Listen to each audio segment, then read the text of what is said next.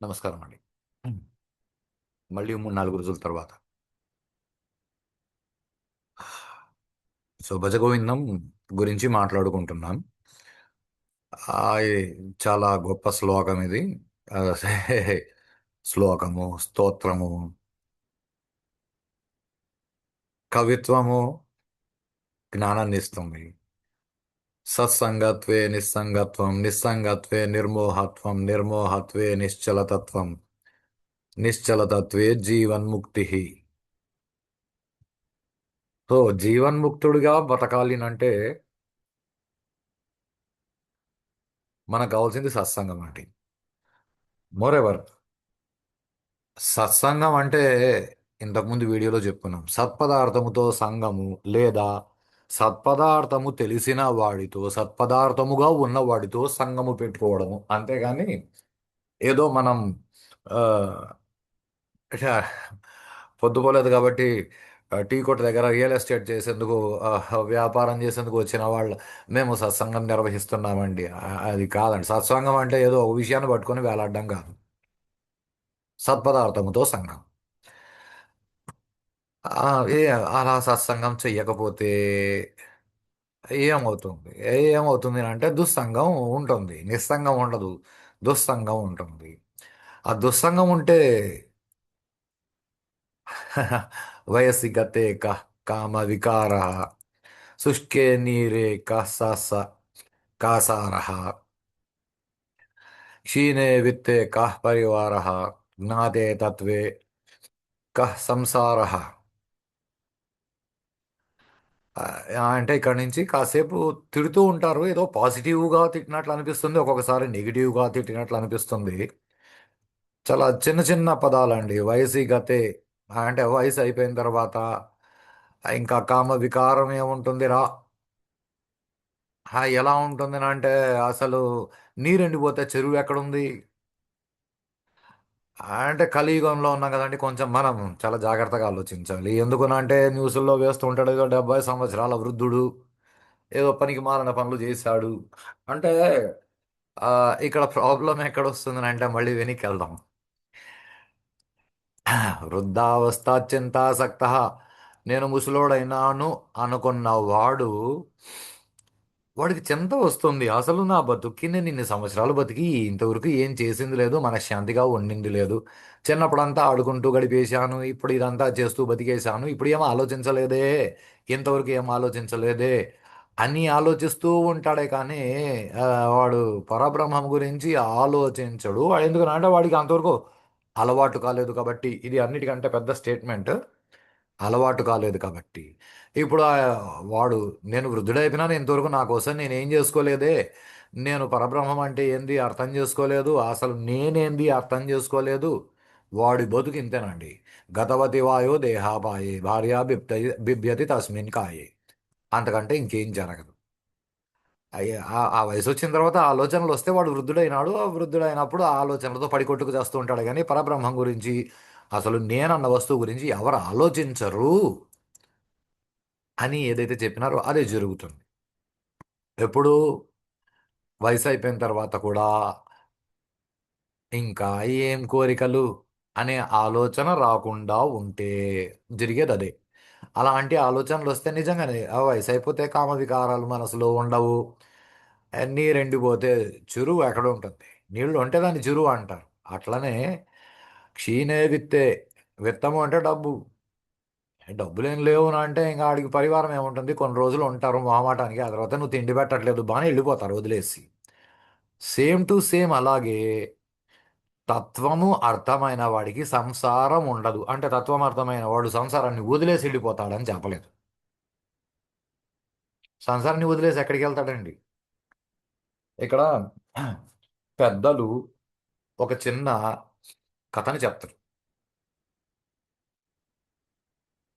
వాళ్ళెవరో ఇద్దరు సన్యాసులు అలా నడుచుకుంటూ వస్తే మధ్యలో ఏదో ఒక నది కనిపించింది. నది దాటి ఆ పక్కకు వెళ్ళి ఆ పక్కనే ఎక్కడో వెళ్ళాలి వాళ్ళు. వెళ్తూ ఉంటే అక్కడ ఎవరో ఒక స్త్రీ ఉండింది. ఆవిడ ఈ సన్యాసులని ఇద్దరిని అడిగింది, అయ్యా అయ్యా మీరిద్దరు సన్యాసులు కదా, ఇద్దరున్నారు, నేను స్త్రీని. ఇక్కడ ఈ నది ఏదైతే ఉందో ఈ నది కొంచెం ఎక్కువగా పారుతోంది. నేను కూడా ఆ పక్కకి వెళ్ళాలి. నాకు భయం వేస్తోంది. మీరెవరైనా సాయం చేసి, మీ ఇద్దరిలో ఎవరైనా సాయం చేసి నన్ను ఈ నదికి ఈ పక్కకు చేర్చండి అని అడిగితే వాళ్ళలో ఒక సన్యాసి అన్నాడు, అయ్యా అమ్మ, మేము సన్యాసులము, మేము స్త్రీలని తాకరాదు అన్నాడు. ఆమె, అయ్యా నాకు చాలా అత్యవసరము, నువ్వు ఆ పక్కకు వెళ్ళిన తర్వాత నువ్వు మళ్ళీ ఏదైనా నీ ప్రాయశ్చితం చేసుకుందువులే అని అంటే, పాపం ఒక సన్యాసి ఆవిడని తన చేతులతో ఎత్తుకొని నది దాటించి ఆ పక్కన దించి మళ్ళీ వెళ్ళిపోయాడు. రెండో సన్యాసి కూడా వాడితో పాటు వెళ్ళిపోయాడు. ఇది బాగానే ఉంది. కానీ అప్పటి నుంచి ఆ రెండో సన్యాసి, ఇది చాలా ఇంపార్టెంట్ విషయం అండి. ఆ రెండో సన్యాసి మొదటి సన్యాసితో కాస్త మాట్లాడడం తగ్గించేసి అతన్ని కాస్త దూరం పెట్టడం మొదలు పెట్టాడంట. ఒక వారం రోజులైంది. వారం రోజుల తర్వాత ఈ సన్యాసి అడిగాడంట ఆ సన్యాసిని, ఏమయ్యా నువ్వు నన్ను ఎందుకు దూరం పెడుతున్నావు అని. అంటే ఈ రెండో సన్యాసి అన్నాడంట, నువ్వు ఆ రోజు స్త్రీని తాకినావు కదా, ఆడదాన్ని ఎత్తుకొని వచ్చినావు, ఆడదాన్ని ఎత్తుకొని వచ్చినావు, నీదేం సన్యాసము అన్నాడు. అంటే మొదటి సన్యాసి అన్నాడంట, అయ్యయ్యో నువ్వు అలా ఆలోచిస్తున్నావా, నేను ఆడదాన్ని ఆ 5 నిమిషాలు మాత్రమే ఎత్తుకొచ్చాను నది దాటేంత వరకు, నువ్వు వారం నుంచి ఆ ఆడదాన్ని ఎత్తుకొనే తిరుగుతున్నావు కదా, నీ సన్యాసం ఏమైంది అని అడిగాడంట. అలా ఆ, ఇలాగే ఒక సినిమాలో ఒక డైలాగ్ ఉందండి. ఆ, ఎవరో రైటర్ బాగా రాశాడు. ఆ, అల్లు అర్జున్ గారి సినిమా. నువ్వు ఇండియాలో ఉంటే లాభం లేదు, నీలో ఇండియా ఉండాలి. అట్లా మన హిమాలయాలకు వెళ్ళిపోవచ్చండి అన్నీ వదిలేసి, కానీ మన మనసులోంచి ఏవి బయటికి పోవట్లేదు. మన మనసులో ఏది జరుగుతుందో అది సంసారం. సంసారం అంటే పెండ్లాం పిల్లలు బాధ్యత కాదు. నీ బుర్రలో ఏమేమి జరుగుతున్నాయో అవన్నీ కూడా సంసారమే. కాబట్టి ఈ సంసారం ఎప్పుడు పోతుంది అని అంటే, తత్వం అర్థమైన వాడికి సంసారం పోతుందే కానీ తత్వం అర్థం కాని వాడికి సంసారం, వాడి బతుకున్న సంసారమే చచ్చిన తర్వాత కూడా మళ్ళీ సంసారంలోనే వస్తాయి. ఆ, నాకేమి అని అనుకోవద్దు అని ఇక్కడ చాలా బాగా చెప్పారు. మా కురు ధన జన యౌవన గర్వం హరతి నిమేషాత్ కాలాత్ సర్వం మాయామయమిధమఖిలం ఆ, హిత్వా అని కొంతమంది అంటారు, బుద్వా అని కొంతమంది అంటారు. ఓకే, ఇక్కడ ఏ అక్షరం పెట్టినారు, అసలు వీళ్ళు ఎవరైతే రాసినారో, వీళ్ళు ప్రింట్ తీసినారో, వీళ్ళు కరెక్ట్గా రాశారో లేదా, మన కర్మ అంతా అవసరం లేదండి. రెండు పదాలకి దాదాపుగా ఒకటే అర్థం ఉంటుంది, వదిలేయడం. ఈ ప్రపంచంలో ఏదైతే ఉందో, ధన జన యవ్వన, వీటి వల్ల వచ్చే గర్వం, ఇదంతా ముక్కలు ముక్కలు కాని మాయ. మాయామయం ఇదం అఖిలం. అఖిలం అంటే ముక్కలు కానిది, బుద్ధ్వా లేదా హిత్వా అంటే తెలుసుకొని, బ్రహ్మపదం త్వం అంటే నువ్వు బ్రహ్మపదంలోకి అంటే నేను అన్న పదార్థముగా తయారవ్వు. ఇప్పుడు నేను అన్న పదార్థంగా అంటే నేను శరీరము అని మనం అనుకుంటుంటే కాదు, ఇంకా చాలా విషయాలు ఉన్నాయి, అవి అర్థం చేసుకోవాలి. అనుకొని దానిలోకి ప్రవేశించు. ఎలా ప్రవేశించాలి అంటే, ఆత్మ పదార్థముగా నిలిచిపోవుట అంటే దాన్ని తెలుసుకొని దానిలోకి ప్రవేశించు. దాన్ని తెలుసుకోకుండా దానిలోకి ప్రవేశిస్తే దాన్ని మరణం అంటారు. దాన్ని తెలుసుకొని దానిలోకి ప్రవేశిస్తే దాన్ని బ్రహ్మపదం పొందినాడు అని అంటారు. అతన్ని బుద్ధిమంతుడు అని అంటారు. ఆ, అదే ఈ ఇంతకు ముందు వీడియోలో చెప్పుకున్నట్లు ఇవన్నీ నెగిటివ్ విషయాలు, పాజిటివ్ విషయాలు ఇవన్నీ అలా కాదు. దినం తర్వాత సాయంత్రం వస్తుంది, సాయంత్రం తర్వాత మళ్ళీ రాత్రి అవుతుంది, రాత్రి అయినాక పొద్దున్న అవుతుంది, శిశిర ఋతువు తర్వాత వసంత ఋతువు వస్తుంది. అవన్నీ ఒకదాని తర్వాత వస్తూనే ఉంటాయి. అవి వస్తూనే ఉంటాయి. చాలా జాగ్రత్తగా కాల క్రీడతి గచ్చత్ వాయు అంటే, ఆ, కాలం ఇట్లా ఆడుతూ ఉంటే కాలం ఆడుతుందండి. మనము అలా అనుకోవట్లేదు కానీ కాలము ఆటలాడుతూ ఉంది. ఆకులిస్తుంది, మళ్ళీ ఆకులు పీకేస్తుంది. వసంత ఋతువులో ఆకులిస్తుంది, శిశిర ఋతువుకి ఆకులు పీకేస్తుంది. ఒక్కొక్కసారి చెట్లు ఇస్తుంది, ఓ చెట్లకు ఆకులు ఇస్తుంది, పండ్లు ఇస్తుంది, ఒక్కొక్కసారి ఒక్కొక్క రకమైన పండు ఇట్లా కాలము ఆటలాడుతూనే ఉంటుంది. అంటే ఒక దాని తర్వాత ఒకటి వస్తూనే ఉంటాయి. అయినప్పటికీ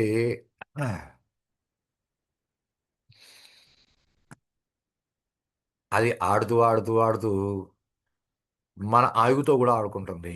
ప్రాబ్లం ఎక్కడ అంటే అయినా సరే తదపి అంటే తత్ అపి ముంచ ముంచతి ముంచతి అంటే ఆ, వదలదు. నా ముంచతి ముంచతి అంటే వదలడం. నా ముంచతి అంటే వదలదు. ఆ, సే ఆశావాయు. ఓహో, అంటే కాలము మన ఆయువు తీసేసిన ఆశ అనే గాలి ఏదైతే మనలో తిరుగుతా ఉందో అది మనల్ని వదలదు. ఈ ఆశ, ఈ పదాలు ఊరికే వాడలేదండి. ఏదో రిథమెటిక్గా ఉంటుందని చెప్పలేదు. వాళ్ళు వాళ్ళు మాట్లాడితే అది రిథమెటిక్గానే ఉంటుంది. ఇక్కడ పదాలు అక్కడ పదాలు కరెక్ట్గా పట్టుకోండి. ఇక్కడ ఏమన్నారు? వయసి గతే మోహ వికార అనలేదు, కామ వికార అన్నారు. అదే స్టార్టింగ్లో ఏమన్నారు? మోహం వదిలేయి అన్నారు. ఇక్కడ కామం అదే పోతుంది అన్నారు. కామం మనం వదిలే పనలేదు, అదే పోతుంది. వయసు అయిపోతే అప్పుడు కామం అదే పోతుంది, కానీ మోహం పోదు. ఆ మోహానికి మూల కారణం ఎవరు అంటే ఈ ఆశ. ఈ ఆశ ఏదో కావాలన్న ఆశ. అది నాకు మాత్రమే కావాలి అనుకుంటే అది మోహంగా మారుతుంది. ఇది మనం అర్థం చేసుకోకుండా అంటే మనకి పదాలకి అర్థాలు తెలియదు కాబట్టి ఆ, మనం పెద్ద యుద్ధం చేస్తూ ఉంటాం. ఎక్కడ ఏ పదం వాడాలో తెలియక ఎప్పుడు పడితే అప్పుడు ఏది పడితే ఆ పదాలు మనం వాడడం మొదలు పెడతాం. ఇది మనకు వచ్చిన పెద్ద ప్రాబ్లం. కాతే కాంత ధనగత చింత వాతులకిం వాతుల అంటే మూర్ఖుడా అని అర్థం. మూఢా కాదు, ఇది మూర్ఖ. స్టార్టింగ్లో మనకి మూఢమతి అని మూఢ అన్న పదం వాడినారు. ఇక్కడ మూర్ఖ అనే పదం చాలా గొప్పగా వాడినారు. తవ నాస్తి నీ అంత నాస్తి అంటే లేదు. అంటే నేను నిన్ను నియమించేవాడే లేడా అని ఒక పెద్ద క్వశ్చన్ అడుగుతున్నారు. నీకు ఆ, ఎందుకో భార్య గురించి, ధనం గురించి, వీటి గురించి చాలా ఎక్కువ ఆలోచిస్తున్నావు. నీకు నిన్ను నియమించేవాడే లేడా మూర్ఖుడా?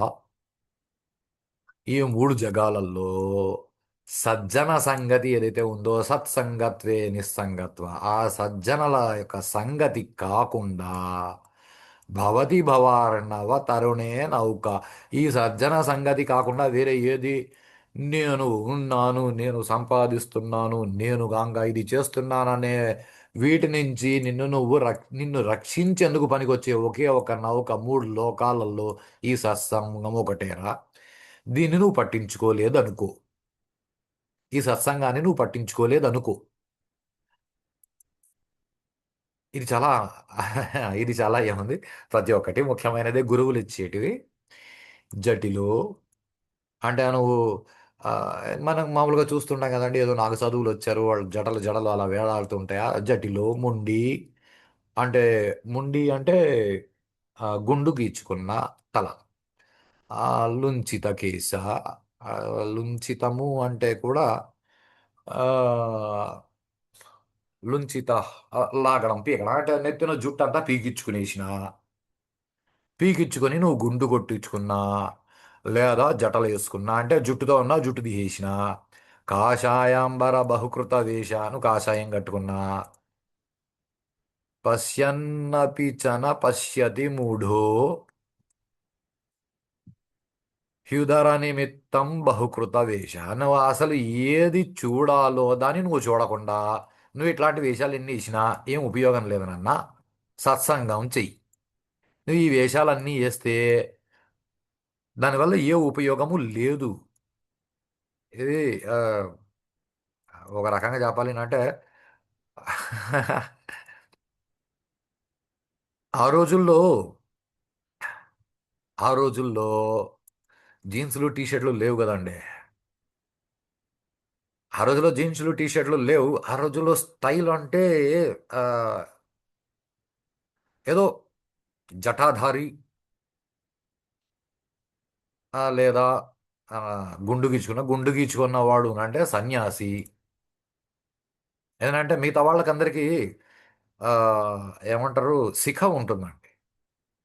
ఆ రోజుల్లో కాషాయం కట్టుకున్నాడు అంటే ఓ అమ్మ ఎంత గొప్పోళ్ళో. ఇదే లోకానికి సీతమ్మ కూడా ప్రూవ్ చేసింది. ఆ వచ్చినవాడు ఎవడు అని సీతమ్మకు తెలియని విషయం ఏం కాదు. అది అలా జరగాలి కాబట్టి వచ్చినోడు కాషాయం కట్టుకొచ్చినాడు కాబట్టి నేను గుడ్డిగా నమ్ముతాను అని అందరి ముందు మామూలు మనిషిలాగా ఆవిడ బిహేవ్ చేసింది. ఆ రోజుల్లో అది ఓకే. అంటే కాషాయం కట్టుకున్నోడు అంతా సత్సంగం చెయ్యకపోతే కాషాయం కట్టుకున్నోడు ఓకే వాడు దేన్ని చూడాలో దాన్ని చూసినా కూడా చూడని మూఢుడిలాగానే ఉంటున్నాడు. వాడు నిజాన్ని చూడట్లేదు. ఆడు సత్యాన్ని గమనించట్లేదు. అవన్నీ ఎందుకు అంటే ఏదో వేషాలు వేసినట్లు అయిపోయింది. ప్లీజ్ దీన్ని కాస్త జాగ్రత్తగా నేను ఇప్పుడు మనకు అర్థమయ్యేలా చెప్తానండి. ఎందుకనంటే ఆ రోజుల్లో జీన్స్లు టీ-షర్ట్లు టక్కులు టైలు బూట్లు లేవండి. కాబట్టి ఆ రోజుల్లో జట్లో ముండి లుంచిత కేశ బాగానే ఉంది. ఈ రోజుల్లో ఆ, మనం ఈ రోజుల్లో బతుకున్నాం కదండి, ఆ రోజుల్లో లేం కదా. కాబట్టి కాషాయం కట్టుకుంటే మీకు మీకు మనకు జనాలకి ఎలా తయారు చేసి పెట్టారంటే లోకంలో కనిపించేది ఈ బాపనోళ్ళు కాషాయం కట్టుకుని సన్యాసం బాపనోళ్ళు స్వీకరించాలని లేదండి. శూద్రులు కూడా సన్యాసం స్వీకరించవచ్చు. పంచములు కూడా సన్యాసం స్వీకరించవచ్చు. వాళ్ళకంత బుద్ధి కుశలత ఉంటే. ఎవరికైనా అంటే బ్రాహ్మణులు కూడా బుద్ధి కుశలత ఉంటేనే వాడు సన్యాసం స్వీకరిస్తాడు. ఆశ్రమ ధర్మ ఆశ్రమ ధర్మాలు ఆశ్రమ నియమాలు పాటిస్తాడు. ఇక్కడ బాపనోళ్ళు ఎంత నాశనమైనారో మాలోళ్ళు అంతే నాశనమైనారు. కోమటోళ్ళు అంతే నాశనమైనారు. రెడ్లు నాయుళ్ళు బాగున్నారని లేదు, అందరూ నాశనం అయిండే వాళ్ళేనండి. కొంచెం జాగ్రత్తగా విషయాలని పట్టుకోండి. శూద్రుల పనులు చేయట్లేదు, బ్రాహ్మణులు బ్రాహ్మణుల పనులు చేయట్లేదు. దేరెన్స్ మ్యాటర్. కాబట్టి అందరూ భ్రష్టు పట్టిన వాళ్ళే. ఇది మొదటి స్టేట్మెంట్. ఓకే. ఇప్పుడు రెండో స్టేట్మెంట్ అంటే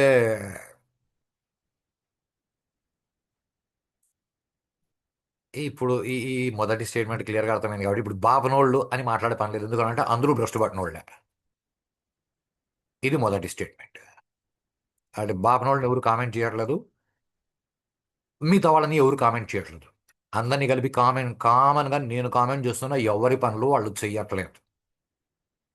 దాంతో ఏమవుతుందంటే భగవద్గీతలో చెప్పారు కదండి, స్వధర్మే నిధనం శ్రేయ పరధర్మో భయావహ.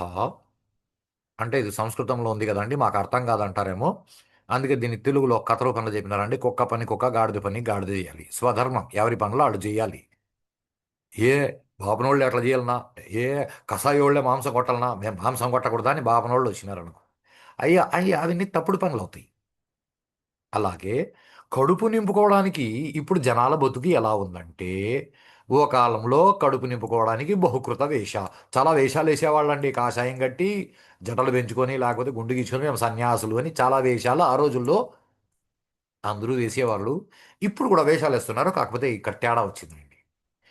ఇక్కడ జట్టులో ముండేలు చితకేశ దీన్ని ఇప్పుడు చెప్తే Virat Kohli hair style, Dhoni hair style, లేకపోతే మైక్ టైసన్ హెయిర్ స్టైలు, రకరకాల వేషాలు జనాలు వేస్తున్నారు. లేదా అల్లు అర్జున్ గడ్డం స్టైలు, లేకపోతే ఆ, చిరంజీవి హెయిర్ స్టైలు, బాలకృష్ణ గడ్డం స్టైల్, ఏదైనా చెప్పుకో ఇక్కడ. జటిలో ముండేలు చితకేశ, ఎలాన్ మస్క్ గాడి హెయిర్ స్టైలు, లేకపోతే ట్రంప్ గాడి హెయిర్ స్టైలు, ఎవరిదైనా కాన్సెప్ట్ అంతే. కాషాయాంబర బహుకృత వేష.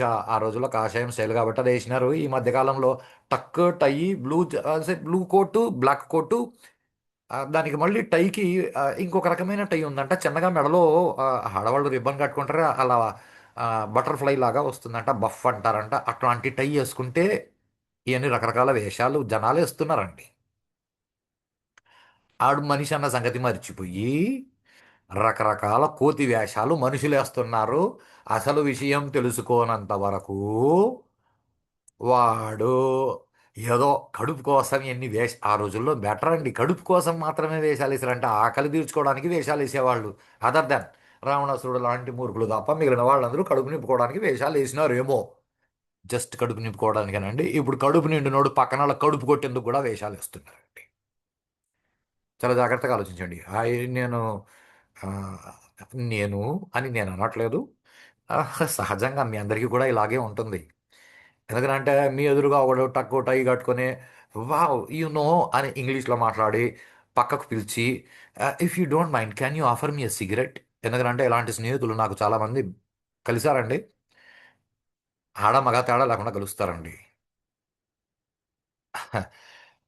దాదాపుగా 25-30 సంవత్సరాల ముందు నన్ను కొంతమంది ఆడవాళ్ళు అడిగారండి బాంబేలో, could you offer me glass of one peg of whisky, could you offer me అంటే బిచ్చం ఎత్తుకోవడం ఇంగ్లీష్లో, నాకు ఒక పెగ్గు విస్కీ ఇప్పించగలవా అని ఇంగ్లీష్లో స్టైల్గా అడిగితే, మన తెలుగులో చెప్తే బాబు బాబు కాస్త బాబు మందు పోయివా అని అడిగినట్లండి. కానీ వాళ్ళ డ్రెస్సింగ్ సెన్స్ ఎలా ఉంటుందని అంటే, అసలు ట్రంప్ టైకట్ టక్కట సూటు బూట్లో ట్రంప్ ఆ అమ్మాయిల ముందర ఎలా చిన్నపిల్లలా కనిపిస్తాడు. వాళ్ళంత రిచ్ కనిపిస్తారండి. బహుకృత వేష దేనికి హృదయార నిమిత్తం, కడుపు నింపుకోవడానికండి. ఉదర నిమిత్తం నిజం చెప్తే ఆ, ఇక్కడ ఇదే సంధి, ఆ, మూఢహ ఉదర నిమిత్తం. ఇలా ఇది ఎప్పటికప్పుడు మనం చెప్పుకుంటూ పోతే సమాజంలో ఇవన్నీ ఎప్పుడు ఉండేటివండి. ఆ రోజుల్లో కాషాయంబరం, ఈ రోజుల్లో ఇది. ఈ రోజుల్లో మేము ఆ, అదేదో సినిమాలో అల్లు అర్జున్ గారు సినిమాలో జట్టులో అట్లా ఒక గీత గీచుకొని అది చాలా ఆ, చాలా మ్యాన్లీగా కనిపించినాడు. మేము కూడా అలా గీతలు గీచుకో, కోహ్లీ గీచుకుంటాడు, మేము సైడ్లో ఇట్లా గీతలు గీచుకోకపోతే జుట్టుకి ఇంట్లో అమ్మ నాన్న మీద దగ్గర పెద్ద యుద్ధం చేసి అలాంటి జుట్టులో గీతలు గీయించుకొని ఏ స్కూల్కో కాలేజీకి పోతే అక్కడ ఏ టీచరో థూ అని తిడితే అప్పుడు ఇంట్లో వాళ్ళు వచ్చి సమ్మర్ కటింగ్ కొట్టించి అందరి దగ్గర తిట్టిపించినావు కదరా బ్యాక్. మన బతుకులన్నీ ఎట్లున్నాయండి ఆలోచించండి. అంటే ఈ శ్లోకము చెప్తే మనకి ఆ, ఏం రాదండి. ఆదిశంకర్లు చెప్పింది నువ్వు వేరు చెప్పినా దానిలో నీకు రూపాయి రాదు. నీకు వచ్చేది జ్ఞానం. కావాలంటే విను, తెలుసుకో, అర్థం చేసుకో, నిన్ను నువ్వు ఉద్ధరించుకో. నువ్వేం ఆదిశంకర్ను ఉద్ధరించే పని లేదు. ఎందుకంటే నాతో కొంతమంది మాట్లాడుతూ నేను సంస్కృతం అదే ఇప్పుడు చెప్పాను కదండి, ఇది చదువుతూ ఉంటే కాసేపటికి అంటే 7-8 సార్లు నేను దీన్ని తప్పుగా ఉచ్చరించాను. హ్యూదరాన్ని బ్యాక్ నేను తప్పుగా చెప్పాను. నాకు సంస్కృతం అంత పెద్దగా అలవాట్లేదు, కొద్ది కొద్దిగా నేర్చుకున్నాను. మూఢహ ఉదర నిమిత్తం అంటే 4 సార్లు చెప్తే కానీ నాకు సంస్కృతం ఉచ్చారణ సక్రమంగా రాలేదు.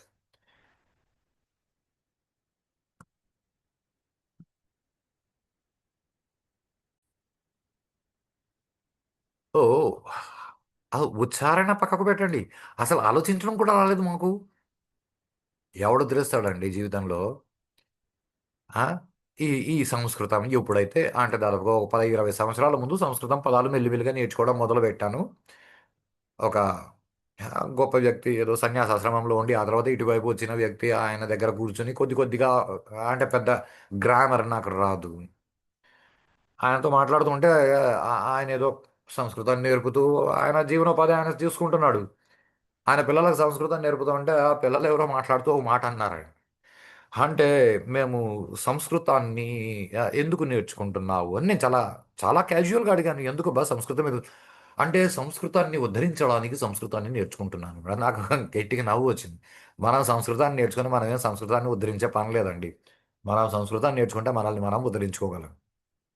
నేర్చుకోకపోతే ఏం నష్టమేం లేదు. ఆ, అంటే మంచి భావాలు ఉంటే సరిపోదా అంటే మంచి భావాలు ఉంటే సరిపోదా అనే ఆలోచన ఎందుకు వస్తుందండి. ఇవన్నీ వేమన శతకం లేకపోతే ఇంకెవరో చెప్పినారు. ఏమంటారు దాన్ని, ఆ,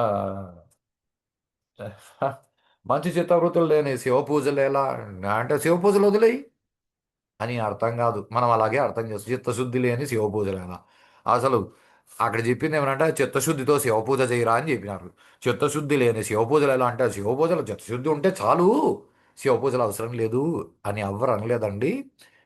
మనం అలా అనుకుంటే వాళ్ళని మూఢహ అని అంటారు. అందుకే చిత్తశుద్ధి లేని శివ పూజలు ఎలా అంటే చిత్తశుద్ధి ఉంటే చాలు శివ పూజలు అవసరం లేదు అని మనకు తెలుగే రాదు. మనం సంస్కృతాన్ని ఏం అర్థం చేసుకుంటాం? మనం మన భాషలు సక్రమంగా నేర్చుకుంటే మనల్ని మనం ఉద్ధరించుకున్నట్లేనండి. మనం ఎవరిని ఉద్ధరించే పనిలేదు. మేము తెలుగు నేర్చుకుని తెలుగుని ఉద్ధరిస్తాం. మేము సంస్కృతం నేర్చుకుని సంస్కృతాన్ని ఉద్ధరిస్తాం. మనకి ఆ, ఇంత లేదు. ఇక్కడ కూడా అదే ఈ ఈ తర్వాత శ్లోకంలో కూడా ఇక్కడ అలాగే తిట్టారండి. చాలా చాలా బీభత్సంగా తిట్టారు. అంగంగలితం పరితం ఉండం అది అంటే హ, నీ శరీరం అవయవాలన్నీ క్షీణించిపోయి అదే పదం ముండం అంటే ఆ, ముండి అంటే నెత్తిన జుట్టు ఊడిపోయి దశన విహీనం జాతుం తుండం తుండం అంటే నోరు, నోరులో జాతం అంటే పుట్టిండేటివి అవన్నీ పొయ్యి అంటే పండ్లు. నోట్లో పుట్టిండేటివి పండ్లే. నాలుక పుట్టినప్పటి నుంచి ఉంది, పండ్లే మధ్యలో పుట్టినాయి కాబట్టి. అంటే నీ శరీరం అంతా సడలిపోయి నువ్వు ముసిలోడైపోయి జుట్టు రాలిపోయి పళ్ళు ఊడిపోయి ఓకే. వృద్ధోయాతి గృహీత్వా అంటే తీసుకొని దండం అంటే చేతిలో కర్ర లేకపోతే నువ్వు నడవలేవనే స్థితికి వచ్చేసి తదపి న ముంచత్యాశాపిండ ఆశాపిండం అంటే ఈ ఆశ అనే పిండం ఏదైతే నీలో ఉందో అది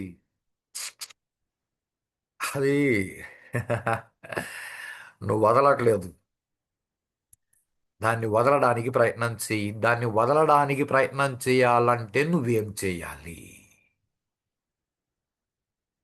ఇవన్నీ అర్థం చేసుకోవాలి. ఇవన్నీ అంటే వయసు అయిపోతుంది, ముసలోడు అయిపోతాను, ఆలోచించాల్సి వస్తుంది. అవి నేను ఎన్ని రకాల టక్కులు టైలు కట్టుకున్నా, ఎన్ని రకాల హెయిర్ స్టైల్స్ పెట్టుకున్నా కూడా ఇవన్నీ ఏదో బతకడానికి చేస్తున్నావు కానీ అసలు విషయాలు చూడాల్సినవి నేను చూడట్లేదు. అసలు చూడాలి ఈ మోహము కామము ఇవి తగ్గించుకొని నేను మనిషిలాగా బతకాలంటే ఏకైక మార్గం సజ్జన సంగతి. ఈ సజ్జన సంగతి జరిగితే భవిష్యత్తులో సత్సంగము జరిగే అవకాశాలు ఉన్నాయి. సత్సంగము అని అంటే నువ్వు సత్పదార్థముతో సంగము చేయడం. ఇప్పుడు పక్కనాడిలో సత్పదార్థము ఉంటే వాడు సజ్జనుడు. నువ్వు వాడితో కలిస్తే చాలా చిన్న విషయం అండి. అయస్కాంతం పక్కన ఇనుప ముక్కని చాలా రోజులు పెడితే అయస్కాంతం ఇనుప ముక్కగా మారదు. ఇనుప ముక్కే చచ్చినట్లు అయస్కాంతముగా మారుతుంది. కాబట్టి ఒక పనికి మాలిన వెధవ సజ్జనుడితో చేరితే సజ్జనుడు చెడిపోడు. చెడిపోతే వాడు సజ్జనుడు ఎందుకాయా?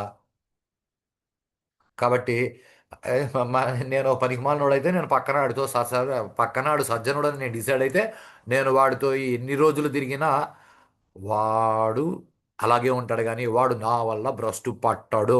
అలా భ్రష్టు పడితే వాడు సజ్జనుడు కాదు. సజ్జనుడు అంటే సత్పదార్థమును అర్థం చేసుకున్న జనుడు. అంతేగాని మా ఆ, నేను నేను ఏదో ఒక రాజకీయ పార్టీకి సంబంధించిన వాడిని కాబట్టి మా పార్టీ వాళ్ళందరూ సజ్జనులు, మిగతా పార్టీ వాళ్ళు సజ్జనులు కాదు అని ఇలాంటి పిచ్చి ఆలోచనలు ఎవరు తెచ్చుకోవద్దండి. ఈ రోజుకి ఇది చాలండి. రేపు మళ్ళీ ఇంకొన్ని శ్లోకాలలోకి వెళ్దాం. అంతవరకు సెలవు.